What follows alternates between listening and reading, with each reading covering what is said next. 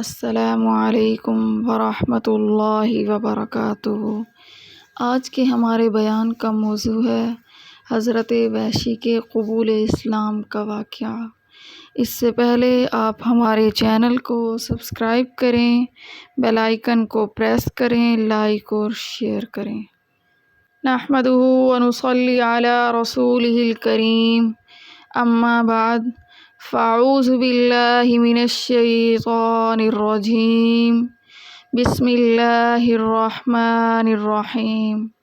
وحشی وہ ہیں جنہوں نے حضرت حمزہ بن عبد المطلب رضی اللہ تعالی عنہ اللہ کے شیر کو خود شہید کیا تھا، اور ان کے ساتھ جو سلوک کیا گیا وہ آپ کو معلوم ہے۔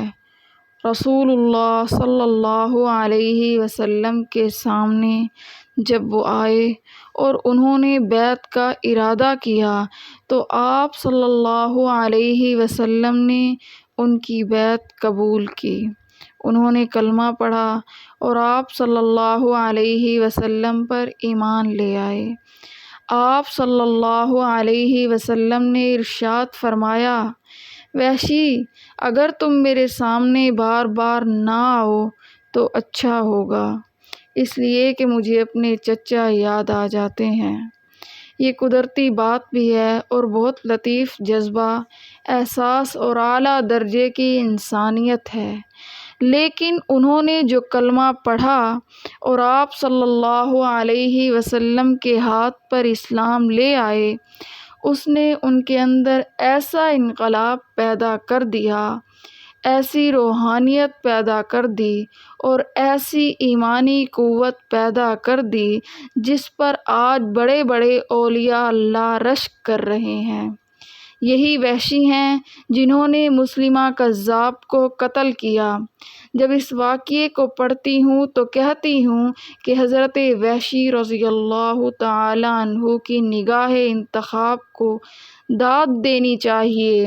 انہوں نے ایک ایسی ہستی سے اسلام اور مسلمانوں کو محروم کیا تھا جو اسلام کے لیے تقویت کا باعث تھی اور رسول اللہ صلی اللہ علیہ وسلم کو بہت محبوب تھی۔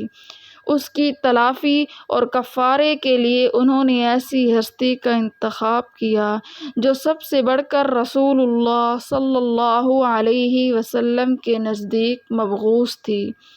ایک وہ شخص تھا جو نبوت کا بہت بڑا حامی اور مددگار تھا، پھر ایک وہ شخص تھا جو اس نبوت کے مقابلے میں سینہ تان کر آیا تھا اور منصب نبوت کا گویا حریف اور رقیب تھا۔ انہوں نے گناہ کے کفارے کے لیے جو بہترین انتخاب ہو سکتا تھا انتخاب کیا۔ سبحان اللہ، وآخر دعوانا ان الحمد للہ رب العالمین۔